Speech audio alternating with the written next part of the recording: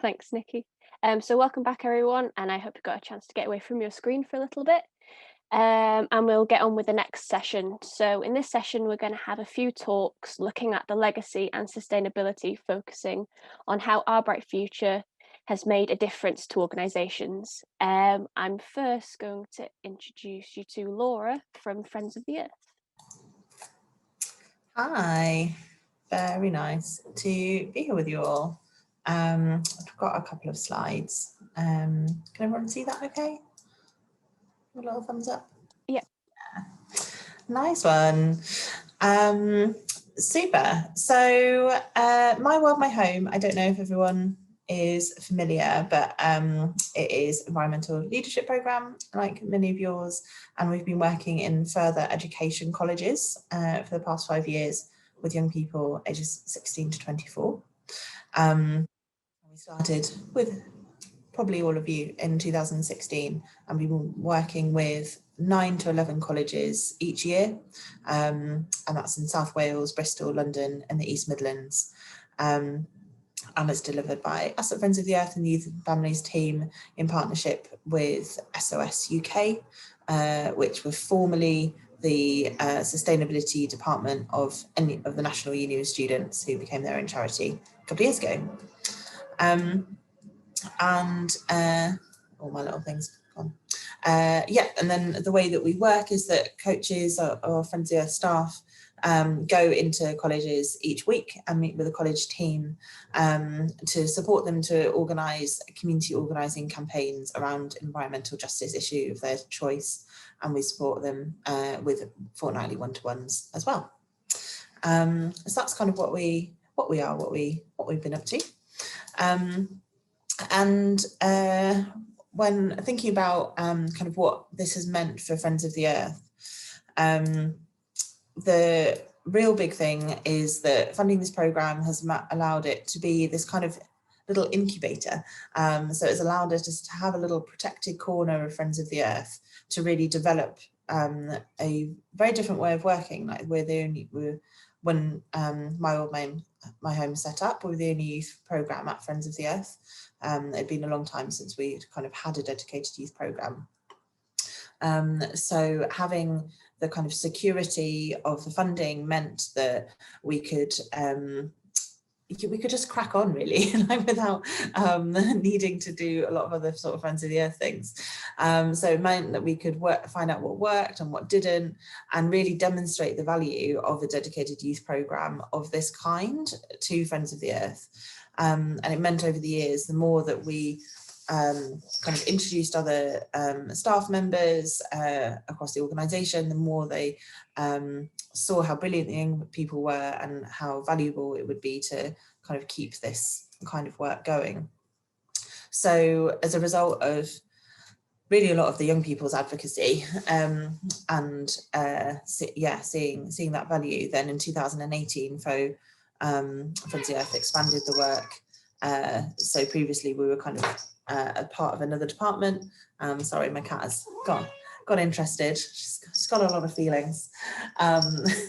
So we're now in our sort of dedicated youth and families team, and have started a youth programme beyond My World, My Home as well, that particularly worked with alumni, but with other young people kind of not from that programme as well. So we now have a youth action coordinator to lead that work.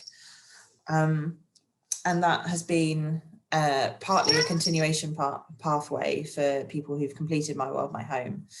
And so we've had a youth steering group, about half to a third from My World, My Home, half from others. And then we're also have lots of plans that COVID has kind of delayed, that I'm sure is similar for lots of you. And planning a kind of network of grassroots youth-led campaigning groups. So we've got a few young Friends of the Earth in Manchester and Darlington and a few places. So developing that network and recruiting a new steering group to support and lead that. And then most recently, well, this afternoon actually, we're sort of soft launching a new campaign mentoring programme that is another sort of an alternative pathway for My World, My Home graduates. that we've got sort of different external funding for, to take their next steps in leadership, because we found that there was just a really big gap between people, this like very highly structured, supported program on My World, My Home, and then the rest of kind of Friends of the Earth model that's very autonomous and kind of support, but from quite a distance, that's designed for people who are much older and have kind of got professional experience of organising events or whatever it is. And so this is this kind of, hopefully this kind of in-between programme that can support the next stage of becoming, yeah, brilliant autonomous campaigners. And yeah, through mentoring and training. And then, yeah, next stage is to hand more power. It was really lovely hearing about the celebration events and like how powerful it is to just hand over the reins to young people. We're hoping to do much more of that with the, yeah, with the whole of this programme. So that's kind of how it's changing the programme, but it's changed through changing Friends of the Earth. So that's kind of within our little youth and families team. But now we are on what I call our grand integration project of integrating ourselves and our young people into the rest of Friends of the Earth, which we've done to a certain extent in times gone by, but yeah, is now really ramping up. So we had for the two kind of main panels of our annual gathering 2 weekends ago, we had My World, My Home graduates on those panels. We've been recruiting placements through the Race for Nature's recovery programme. We had a youth placement through Groundworks programme with us for the last 6 months, and recruited a youth Friends of the Earth youth board member in 2019. And then supporting to support their own campaign interests. So a few of our have developed like real expertise in kind of articulating some issues around race and climate change. So developed their own workshop, which they delivered at a few kind of external events, and then passed that on to some new alumni who then delivered it in their own colleges.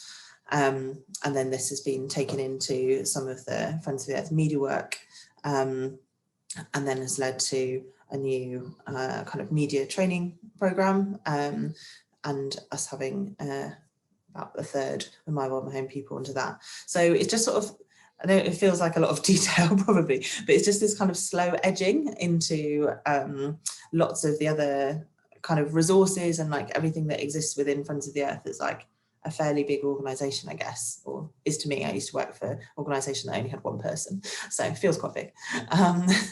And so to kind of unlock some of those resources and support, things like the media team that previously hadn't really worked with young people, if we can unlock those bits, then there's just a lot more possibilities of kind of what young people can do within the Friends of the Earth world, and this kind of expertise and support that they can access, really. And that's what's really exciting me about this programme at this stage, is starting to see more of those doors unlocking within Friends of the Earth and externally as well.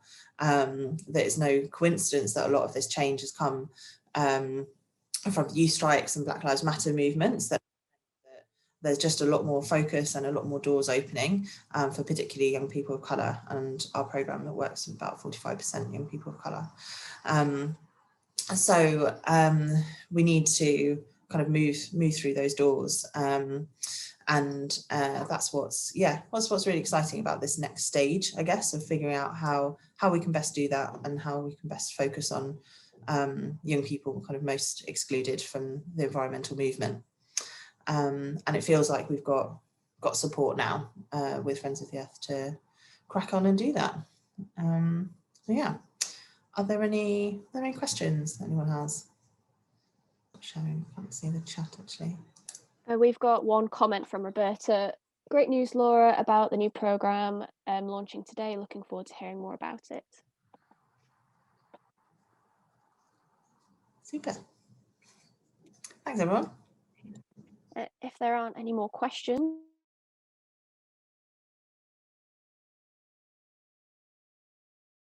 Just realised I muted myself. If there aren't any more questions, then we'll move on to Emma from Lancashire Wildlife Trust. I've got a presentation. Can I just also introduce Eleanor, our Youth Advocacy Officer. Eleanor, do you want to say hello? Hi. So Eleanor's going to be helping me, and also Curtis is a member of our Youth Council. Curtis, are you around to say hello? Hi. So we're just doing a very brief presentation about us setting up a Youth Council, which has been going now for about 2 or 3 years. It wouldn't have happened if we hadn't had the support of Our Bright Future. And it was interesting talking about those kind of highlight events that kind of change things. And I think one of the highlight events for me was going down to Parliament. And yeah, if you go first slide, please, Nikki, thank you. Going down to Parliament and taking some of our OBF Youth Forum members down to that event was quite a huge eye-opener. Can you hear me okay? We can, yes. Yeah. Okay. Next slide, please. And yeah, seeing how that affected those young people, it was really kind of really powerful and impactful, and it made me realise how important it was to connect young people to key leaders. So it was kind of really inspirational event, and I think it really changed the way I thought about engaging people, young people, talking to leaders and leadership. Next slide, please. So yeah, we took some young people down to London for the time is now, Mass Lobby in London. Was anybody else there? Did anyone else go to that? A few of you? And again, that wouldn't have happened without Our Bright Future encouraging us to do that. And when we got loads of really good media attention from that, and it made our organisation look quite differently at how young people could represent us and how their voices really mattered. And suddenly we were in our wildlife magazine. There were young people with banners demanding change. So that was quite a big departure for us as an organisation. And then the other thing we did to set up our Youth Council was we visited the Yorkshire Wildlife Trust and their Tomorrow Natural Leaders project. And seeing how they were doing things was just really inspiring, and just enabled me to say, yes, we'll just do this. We're just gonna have a Youth Council. Next slide, please, Nikki.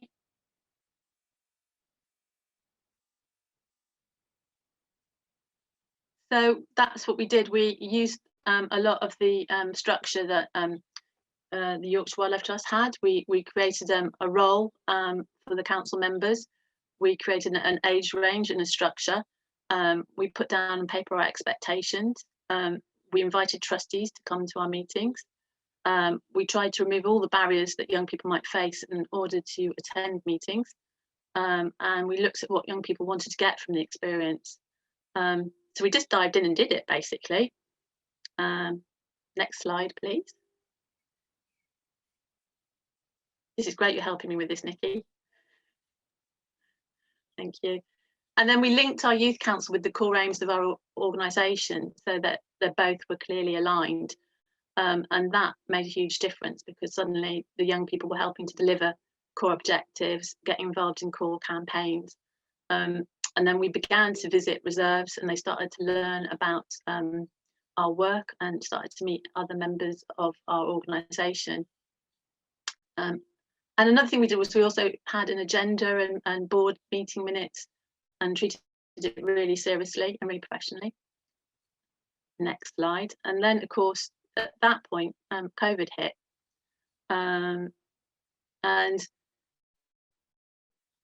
Some challenges. There were quite a few dissenting voices along the way. There were quite a lot of people who were saying, not a lot of people, but some voices within the organisation saying, why would young people want to go to a meeting? They'll just get really bored in it. And I don't get what young people will get from this. And yet all the young people I spoke to were really interested and have very specific ideas of what they wanted to get from it. So I think one of the challenges was just to park those negative voices and just move on. Next slide, please, Nikki.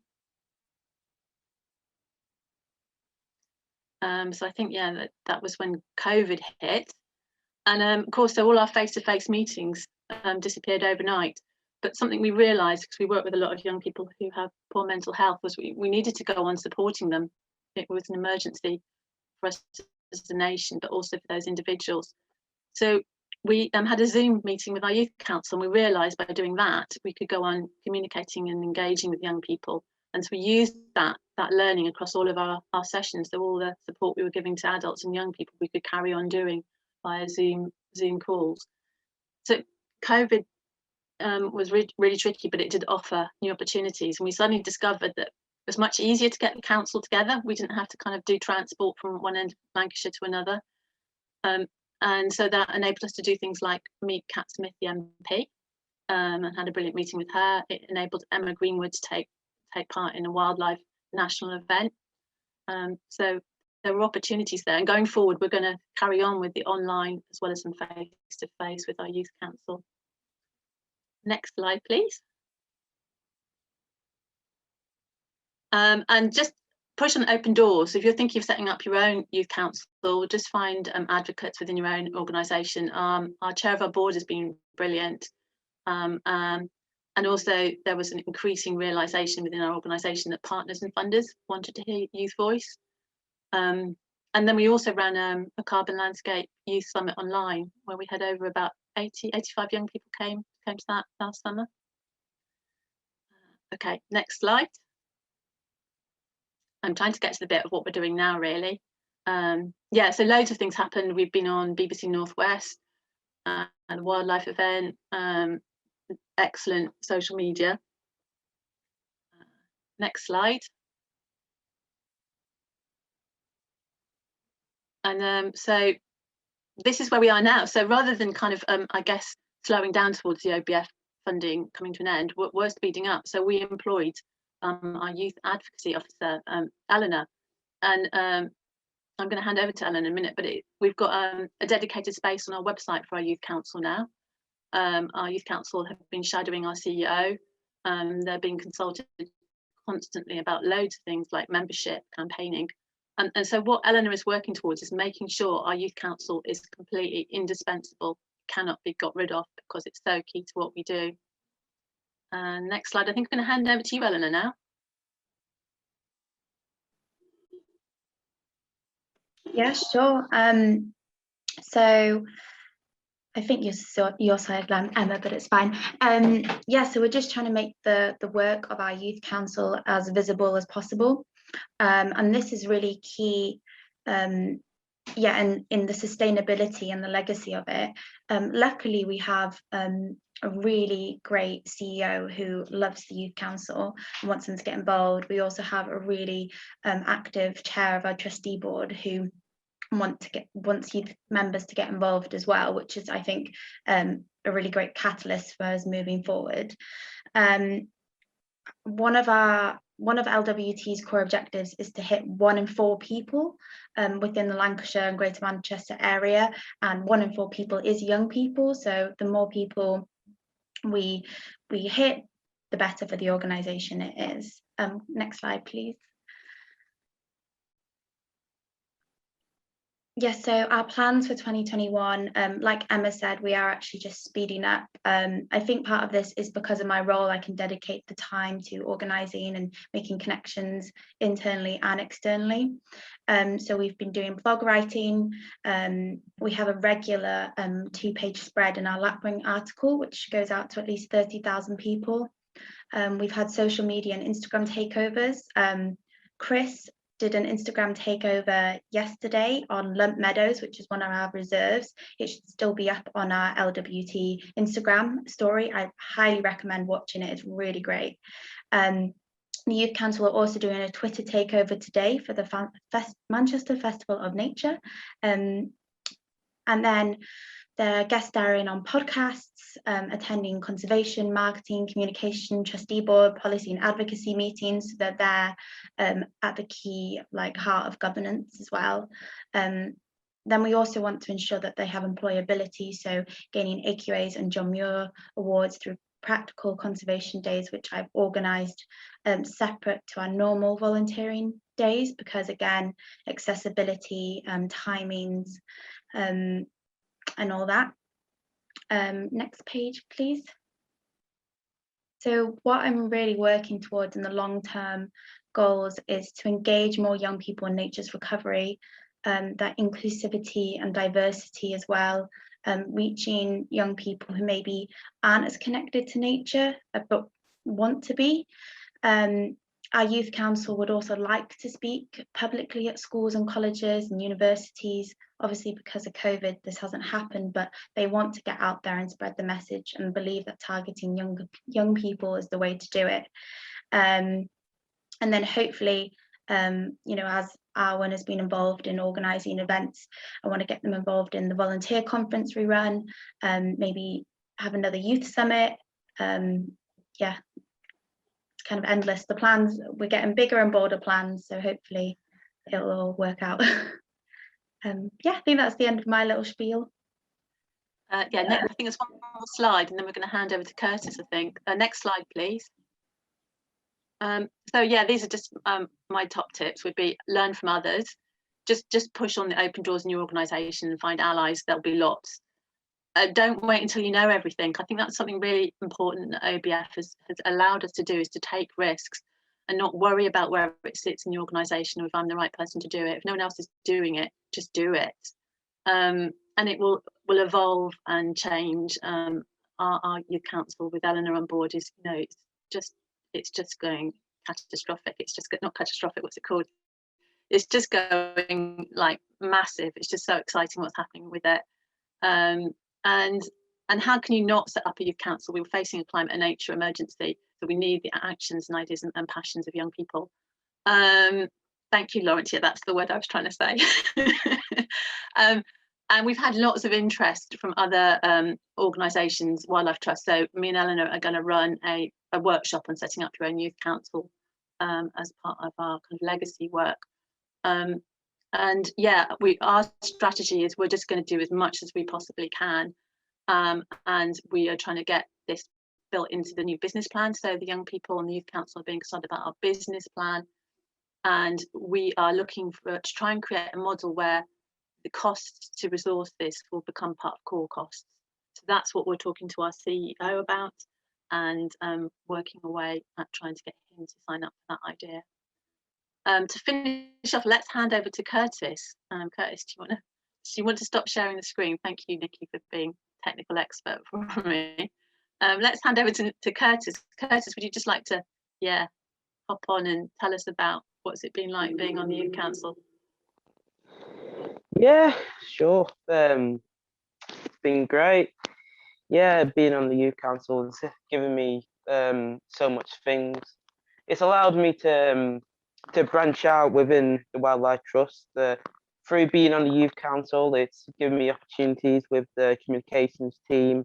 I used to be like almost shadowing Alan Wright, who's like one of the main people in the communication team. So I used to go out on days with him, learning about the new projects that they're setting up, and then their new campaigns and stuff like that. It's also given me recognition as well. I signed up for the Grey Partridge Counting Scheme, and I got recognised off the website by some guy who was to do with gamekeeping, which is totally nothing to do with the Lancashire Wildlife Trust.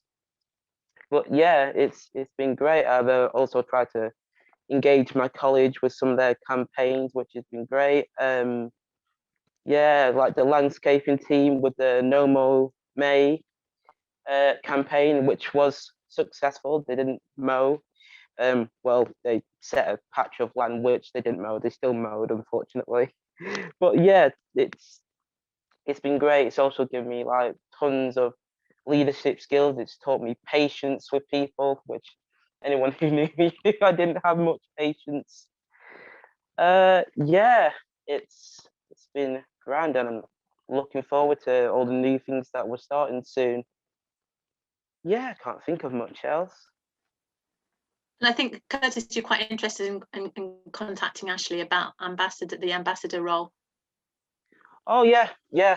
Yes, I am. I'm there. So we'll be in That'd be really contact, Ashley, great. if that's okay. Yeah, definitely. That'd be great. I'm looking forward to hearing from you. Same. Yeah. Any questions for Curtis as we end?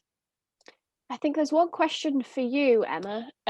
What did the Board of Trustees learn from the Youth Council? What was adapted in the way that the board works as a result?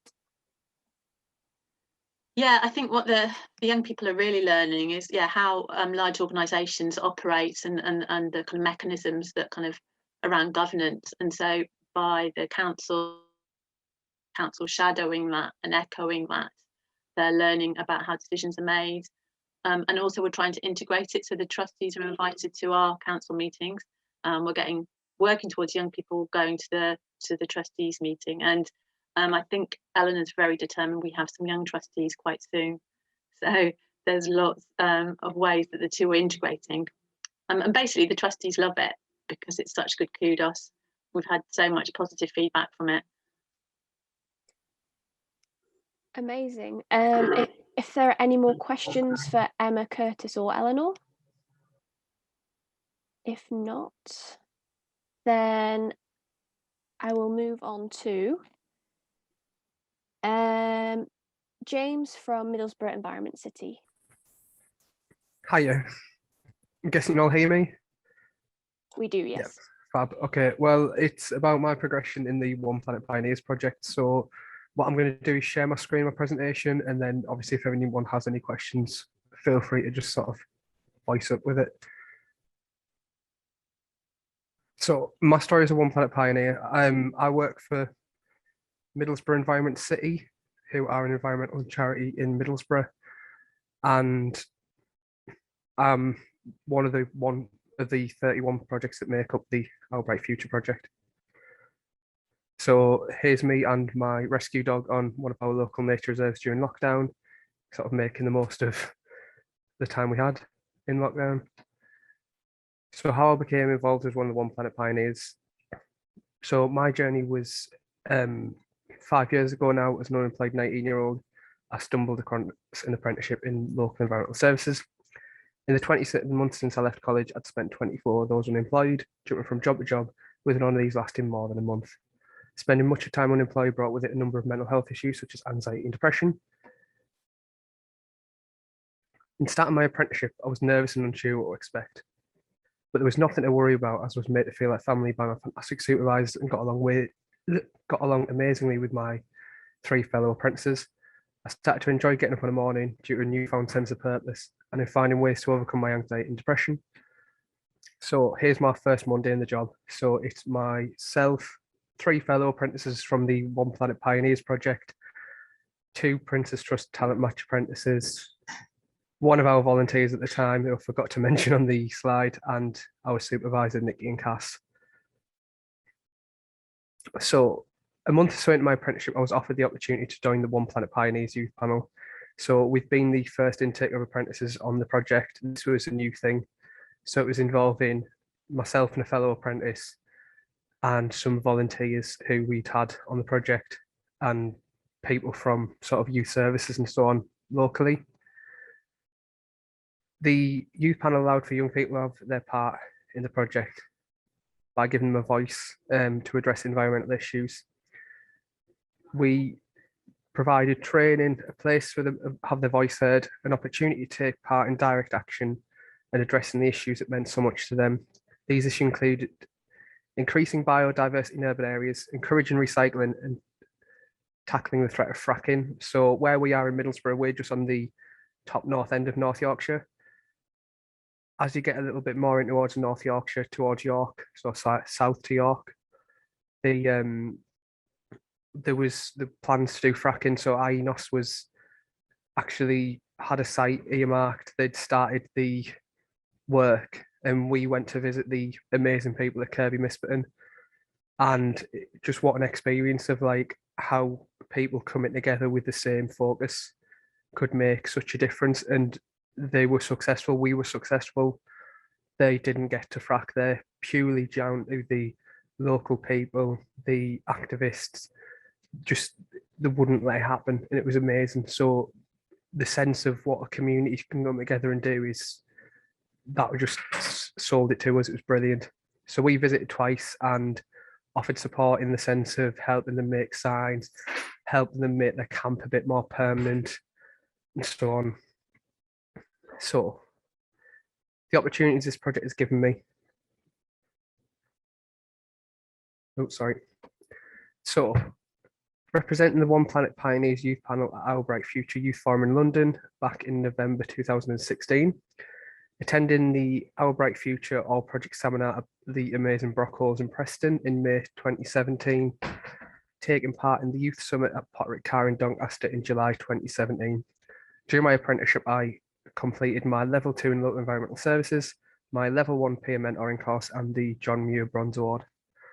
So Our Bright Future has given me a chance to visit some amazing places. So me and a fellow apprentice went to London in 2016. So it was quite daunting, 19-year-old being told to like go and represent our project at a national level, but absolutely loved it. Went to the Seaswar Hock Centre, what was absolutely amazing in the centre of London with this gorgeous rooftop garden. Then in 2017, we visited Brock Halls for the All Project Seminar, what was amazing, like never been anywhere like it. Just to see this like disused quarry made into such a beautiful place and see the work that the guys were doing there was fantastic. And then the Youth Summit at Potterick Car in Doncaster, where got to see loads of sort of wildlife I'd never experienced seeing before. So yeah, brilliant. So after my apprenticeship, I applied for a part-time position with Middleton Environment City. So they're the people who put me through my apprenticeship on the One Planet Pioneers project. And that was as an active travel trainer. So I delivered pedestrian training in schools across Teesside. Spending time in the job a bit more, I further progressed on to do my national standards bikeability qualification to become an instructor, and started doing pedestrian training in schools, guided rides, guided walks, so on. So this is a group of young people we'd had and got to give them the experience of doing an 18 build. So it's about combating young people who are at risk of depression and suicide and so on. And it was to give them the chance to come together as a team, to learn new skills, to socialize.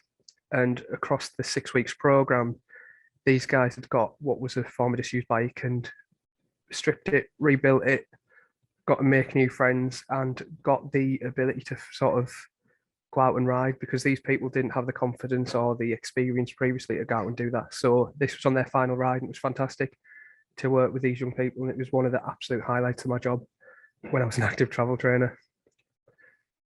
So my return to the One Planet Pioneers project, in February 2021, I was given the opportunity to apply for the role as project officer.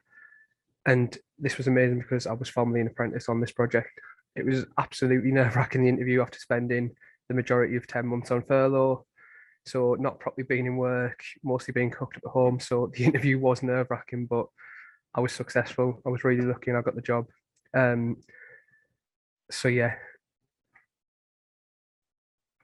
this was my first day back on the job as the One Planet Pioneers project. We were out up in the snow, so 3-4 inches of snow, following badger trails, working with one of our other projects, working along Middlesbrough Becks. Onwards and upwards. So over the last 2 days, we've just been interviewing for our 5 new kickstarts. So to see the final 6 months of our project out, we're going to take on 5 kickstarts.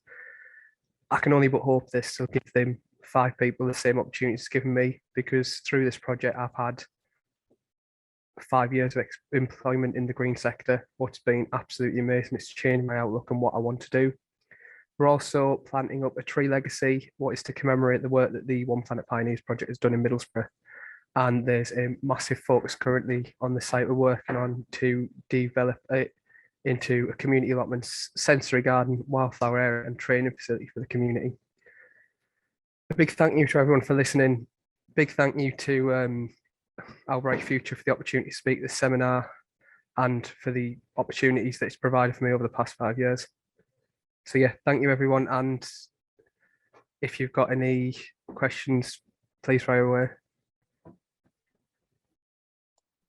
Thank you so much, James. If there are any questions, feel free to raise your hand, or for any of the speakers, feel free to raise your hand, type it in the chat.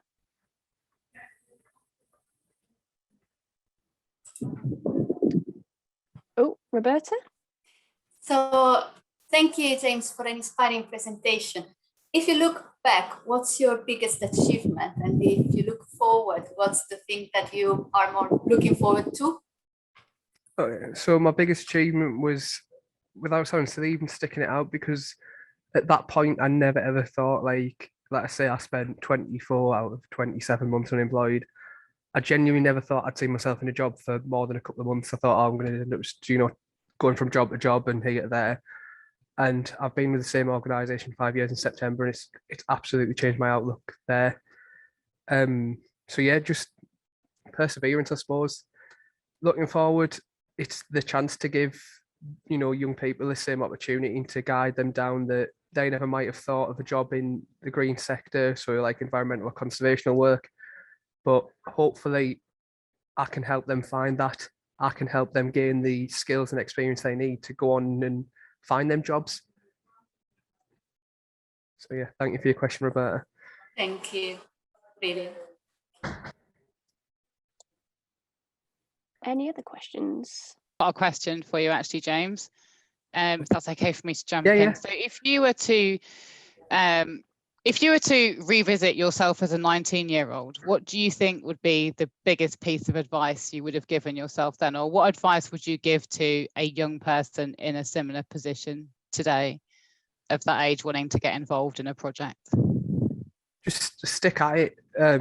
Be honest with yourself and be honest with the people you're working with. Like, at that age, it can be there can be lots of difficulties. Like, I think of the guys we've got currently, and like a lot of the stuff they're going through. I feel it's really important for them to have that leadership from someone like myself, or like I've had from my previous, supervisors and project officers and stuff. And I think it is just stick at it. That that there's so many advantages to being outdoors and actually giving back. Fab, thanks, James. Could I be greedy, Megan, and ask another question? But Yeah, this go time to Emma. for it. Thank you. This one's for Emma, or Eleanor as well, whichever one of you wants to answer it. So obviously you've got the youth council. You talked a bit about the relationship between that and the broader board of trustees, but how do they interact on a, what's that direct relationship between the two? How do they interact on a regular basis beyond the meetings? Yeah, so Steve Garland, as Eleanor said, he's our chair of the board, and he's really interested in youth council and really supportive. So he did a live event recently where there was a question, meet our youth council, and he was hosting it and getting them to ask questions of him. We also have other events where they come are put together, and hopefully now that we can meet face to face, we're going to do a bit more sort of social events with trustees and youth council, which we haven't been able to do in lockdown. But we formally share minutes, so we will send them minutes of our meetings, and we also ask them to add things to the agenda. So there's a kind of a formal method that the two mechanisms interact, but then there's other informal ways as well. So we're going to try and get more trustees to come out and get more involved. That's the plan going forward. But they're always invited to any youth council meetings that we run. So we want to get a few more of them out. Eleanor. Thanks, Emma. And does the board of trustees ever invite a member of the youth council to attend their meetings? Yes, we have had youth council members on a board meeting.